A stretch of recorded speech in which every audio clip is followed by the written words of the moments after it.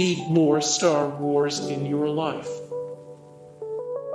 Funko Pop, Star Wars, The Mandalorian, the child vinyl bobblehead Star Wars, men's Rebel classic graphic t-shirt, Lego Star Wars, The Rise of Skywalker, Millennium Falcon 75,257, Star Wars, Galactic Baking, the official cookbook of sweet and savory treats from Tatooine, Hoth and beyond.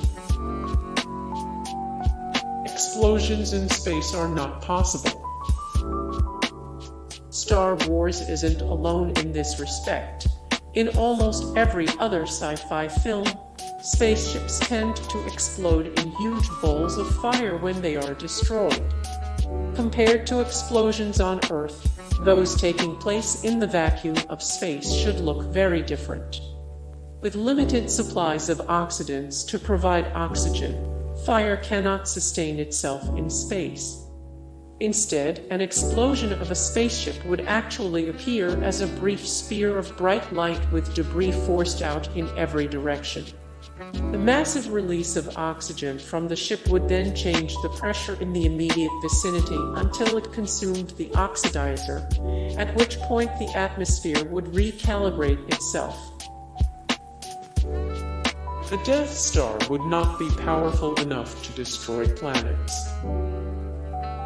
The main purpose of the Death Star is to destroy entire planets with an intense laser-type weapon.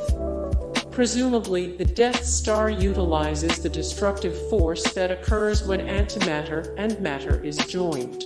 And in the Star Wars universe, the Empire hopes that this will instill so much fear in the Resistance that no one would dare oppose them.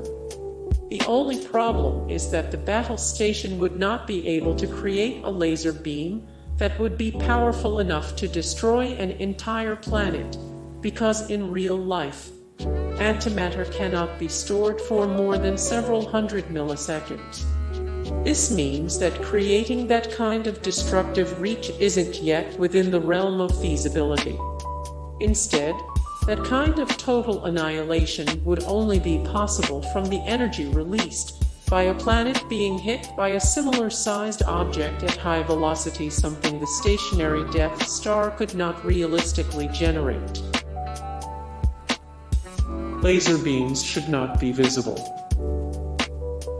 Space battles in Star Wars stand out for the sheer amount of colorful lasers that litter every scene. Flashes of red and green are a constant in every dogfight between TIE fighters and X-Wings. But the way that lasers work scientifically in real life involves very concentrated beams of electromagnetic radiation, meaning the beams should actually not be visible to the naked eye. Light can only be seen when it reflects off a surface into the eye. With a laser, all of the light is directed in one direction, which prevents it from scattering and reaching the retina. The lack of any smoke or dust in the vacuum of space should stop any light being refracted and keep the lasers invisible. Fighters and spaceships would need an impossible amount of fuel. While the dogfights and spaceship action in Star Wars look spectacular, they do not conform to how battles in space would actually work. Without any air or atmosphere to use to help change direction or bank when turning, they would be entirely reliant on thrusters to maneuver.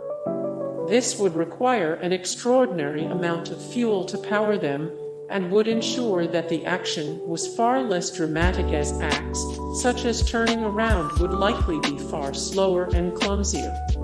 Small fighters like the X-Wing would not be able to hold enough fuel to travel for any extended period of time.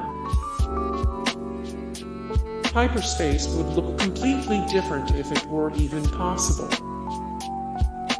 While it is still very much unclear whether anything like hyperspace would ever be possible, one thing is for sure: if a ship did travel to light speed and enter hyperspace, it would not look like it does in the Star Wars movies. The stars would not streak across space. Instead, anyone sitting in the cockpit would see a bright disk of light in front of them that would slowly fade out of view. Individual stars would not even be visible to those accelerating towards light speed. Asteroid belts are never that crowded. Every Star Wars fan remembers the epic scene from The Empire Strikes Back when Han Solo stressfully pilots his beloved Millennium Falcon through a chaotic asteroid field. The smuggler manages to evade the Empire's forces as he carefully outmaneuvers the asteroids that are often only moments away from crashing into him. But that is not actually how asteroid fields are set up in space. According to astronomers, asteroids would generally be millions of miles apart, and traversing through them would not be anywhere near as dangerous as it is portrayed in the movies.